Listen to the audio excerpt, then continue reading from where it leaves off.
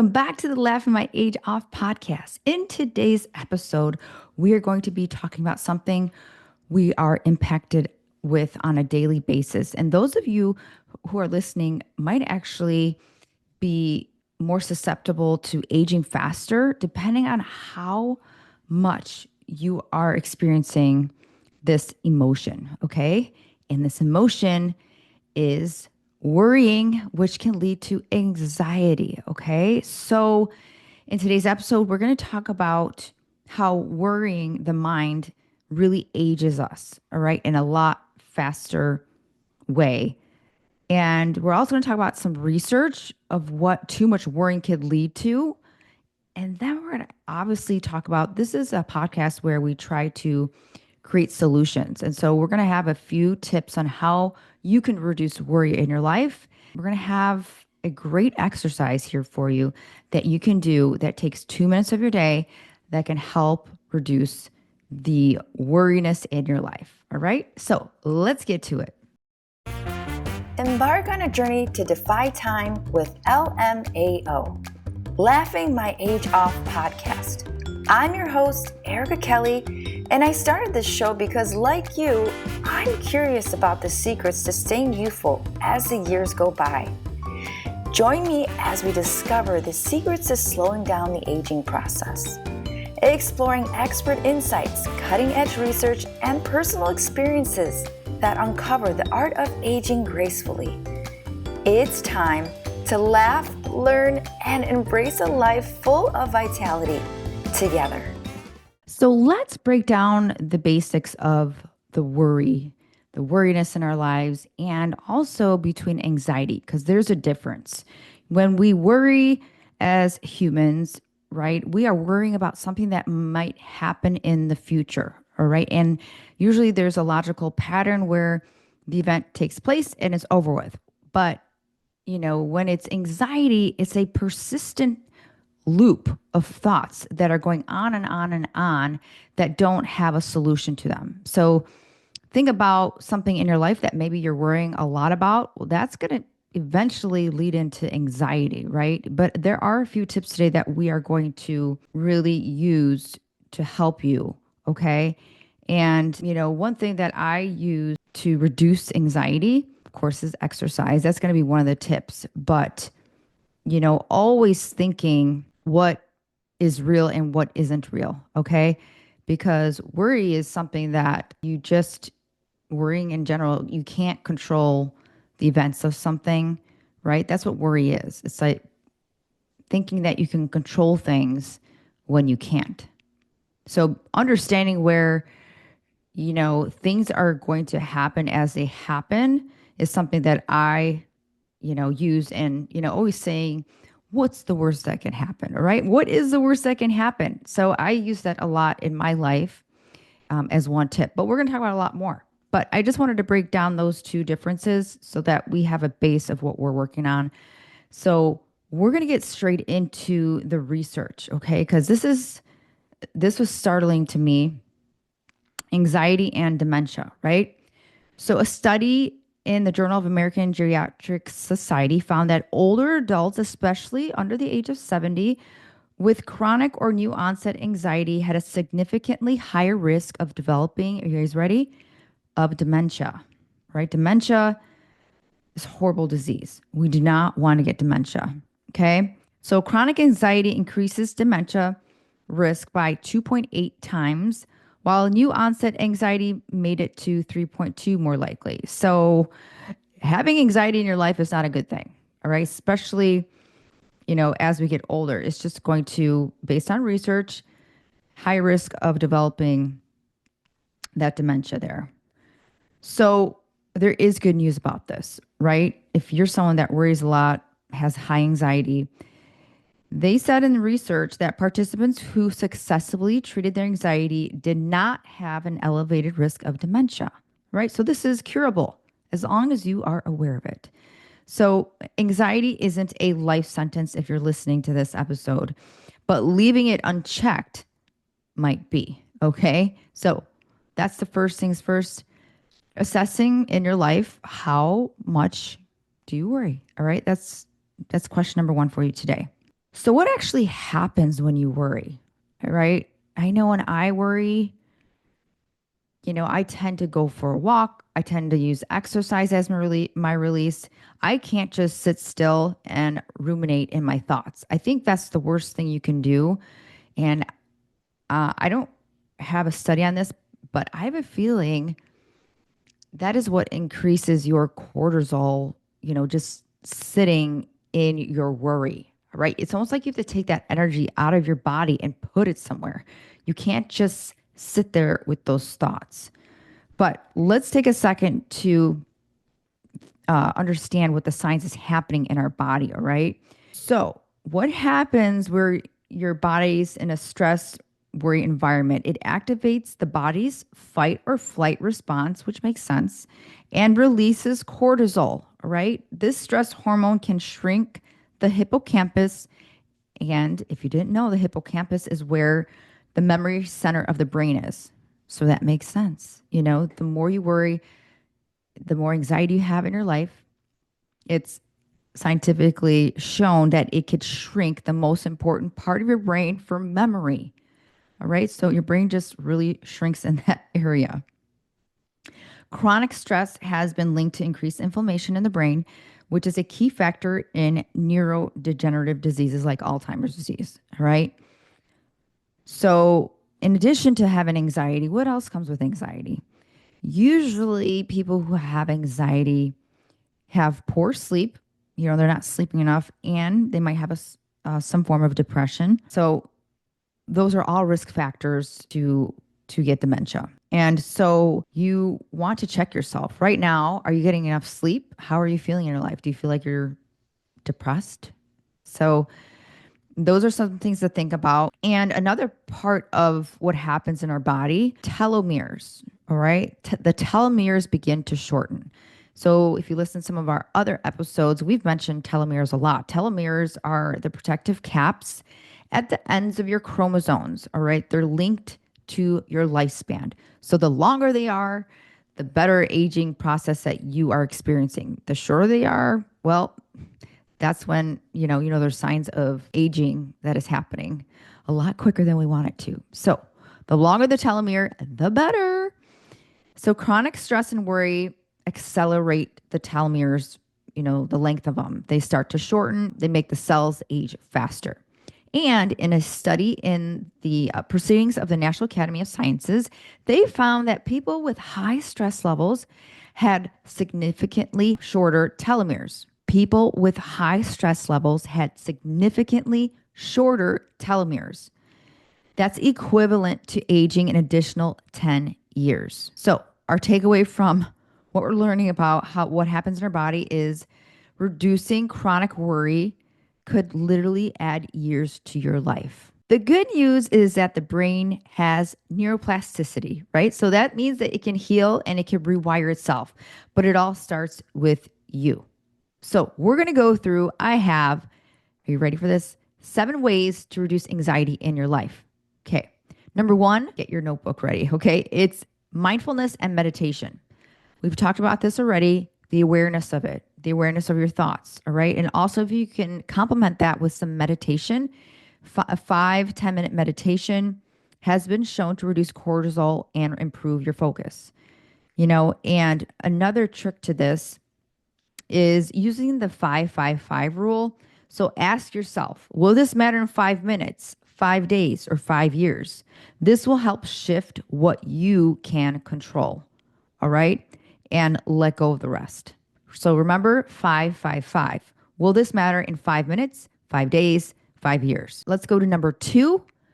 That would be my favorite, exercise. So movement boosts brain-derived neurotrophic factor, which helps brain cells grow and stay healthy, which repairs damage from stress. So they call it the BDNF, right? That's the factor of how you can really keep the cells from degenerating. Okay. So just 20 minutes of movement. All right. I'm going to say that again, 20 minutes of movement. So go for a walk, do half a workout class, even if you can't do the whole thing. I think that's one of the things that I've experienced when teaching my Pilates classes is that people are like, oh, I can't make it because I'm going to be late 30 minutes. I'm like, you know what? 50% is better than zero, right? So any form of movement for 20 minutes is super important to that. I like to call it blood circulation, right? We need that blood circulation because that is going to help your brain and reduce anxiety. And now for a commercial break. Sitting for hours at my corporate job really wrecked my posture and left me with constant lower back pain. I didn't understand it. I was in my mid-30s. Was this a life sentence? I just felt so stuck. I didn't know what to do. Until I discovered mat-based Pilates. The movement, the core work, it really transformed my body and most importantly, relieved my lower back pain. And that's why I became a certified instructor, to help others break free from that same cycle. So if you're struggling with lower back pain, I get it, but it's not a life sentence. Join me for your first free mat-based Pilates class from your very own home on Zoom. This is a workout designed to restore your balance and strength. And again, your first class is free. They're live every Monday and Wednesday at 7 p.m. Eastern Standard Time. The link is in the show notes. We'll see you there. And now back to our show. Okay. So this is also going to reset your nervous system. And I know in my classes, we begin our classes with some breath work. And I am going to give you a bonus little exercise at the end of this so that you can use it whenever you need to. So stay tuned. Number 3, social connection. All right. This is another one that we had in our very first episode of Laughing My Age Off podcast. And that was with our centurions, right? They're big on social connection. And I think this is very underrated. As time goes on, I realize how important it is to really socialize. All right. Loneliness is another dementia risk factor. So stay engaged with your community. There's also, groups that you could be a part of. This will have, more meaning in your life. There's something about connection and the brain that reduces anxiety. I mean, just think about the last time you've been with some friends, right? You just always feel better. Number 4, there's also therapy and cognitive behavioral therapy. Okay.